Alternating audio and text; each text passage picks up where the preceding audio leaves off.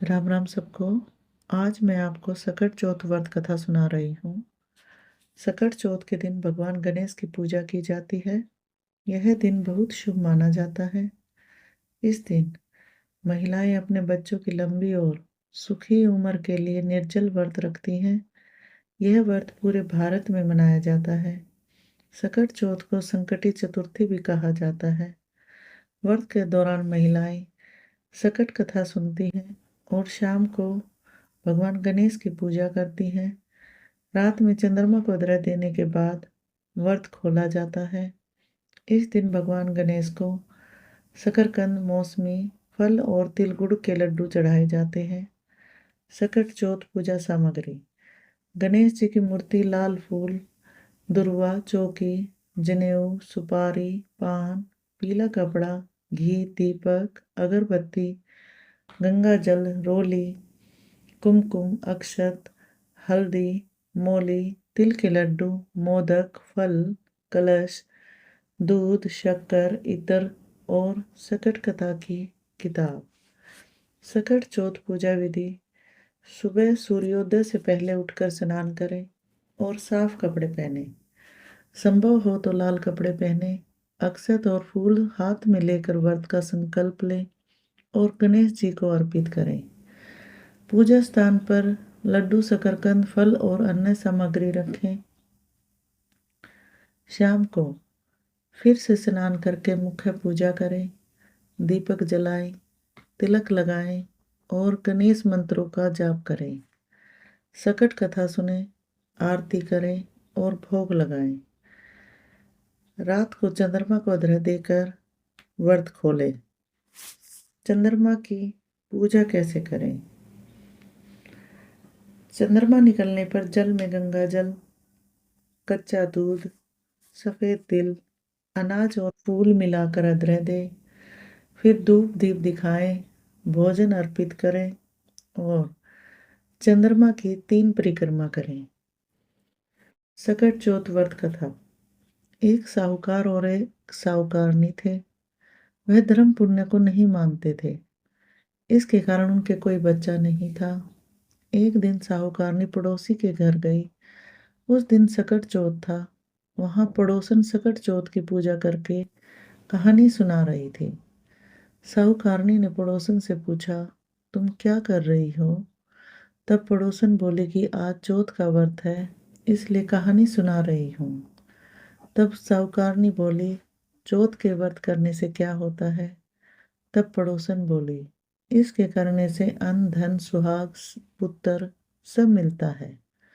तब साहूकारनी ने कहा, यदि मेरा गर्भ रह जाए तो मैं 1.25 सेर तिलकुट करूंगी और चौथ का व्रत करूंगी।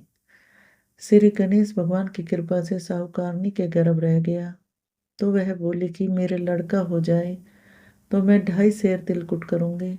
कुछ दिन बाद उसके लड़का हो गया तो वह बोली, हे चौथ भगवान, मेरे बेटे का विवाह हो जाएगा तो 5.25 सेर का तिलकुट करूंगी। कुछ वर्षों बाद उसके बेटे का विवाह तय हो गया और उसका बेटा विवाह करने चला गया, लेकिन उस साहूकारनी ने तिलकुट नहीं किया। इसके कारण से चौथ देव क्रोधित हो गए और उन्होंने फेरों से उसके बेटे को उठाकर पीपल के पेड़ पर बिठा दिया। सभी वर को खोजने लगे पर वो नहीं मिला। हताश होकर सारे लोग अपने अपने घर को लौट गए। इधर जिस लड़की से साहूकारनी के लड़के का विवाह होने वाला था, वह अपनी सहेलियों के साथ गणगौर पूजने के लिए जंगल में दूब लेने गई। तभी रास्ते में पीपल के पेड़ से आवाज आई, ओ मेरी अर्ध ब्याही। यह बात सुनकर जब लड़की घर आई, उसके बाद वह धीरे धीरे सूखकर काटा होने लगी। एक दिन लड़की की माँ ने कहा, मैं तुम्हें अच्छा खिलाती हूँ, अच्छा पहनाती हूँ, फिर भी तू सूखती जा रही है, ऐसा क्यों? तब लड़की अपनी माँ से बोली कि वह जब भी दूब लेने जंगल जाती है तो पीपल के पेड़ से एक आदमी बोलता है कि ओ मेरी अर्ध ब्याही। उसने मेहंदी लगा रखी है और सेहरा भी बांध रखा है। तब उसकी माँ ने पीपल के पेड़ के पास जाकर देखा, यह तो उसका जमाई ही है। तब उसकी माँ ने जमाई से कहा, यहाँ क्यों बैठे हैं? मेरी बेटी तो अर्ध ब्याही कर दे, और अब क्या लोगे?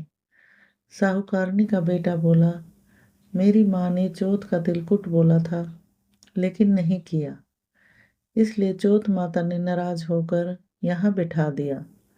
यह सुनकर उस लड़की की माँ साहूकारनी के घर गई और उससे पूछा कि तुमने सकट चौथ का कुछ बोला है क्या? तब साहूकारनी बोली, तिलकुट बोला था। उसके बाद साहूकारनी बोली, मेरा बेटा घर आ जाए तो 2.5 मन का तिलकुट करूंगी। इससे श्री गणेश भगवान प्रसन्न हो गए और उसके बेटे को फेरों में लाकर बिठा दिया। बेटे का विवाह धूमधाम से हो गया। जब साहूकारनी के बेटा एवं बहू घर आ गए, तब साहूकारनी ने 2.5 मन तिलकुट किया और बोली, हे चौथ देव, आपके आशीर्वाद से मेरे बेटा बहू घर आए हैं, जिससे मैं हमेशा तिलकुट करके व्रत करूंगी। इसके बाद सारे नगरवासियों ने तिलकुट के साथ सकट व्रत करना प्रारंभ कर दिया। हे सकट चौथ, जिस तरह साहूकारनी को बेटे बहू से मिलवाया, वैसे ही हम सबको मिलवाना। इस कथा को कहने सुनने वालों का भला करना। बोलो सकट चौथ की जय, श्री गणेश देव की जय।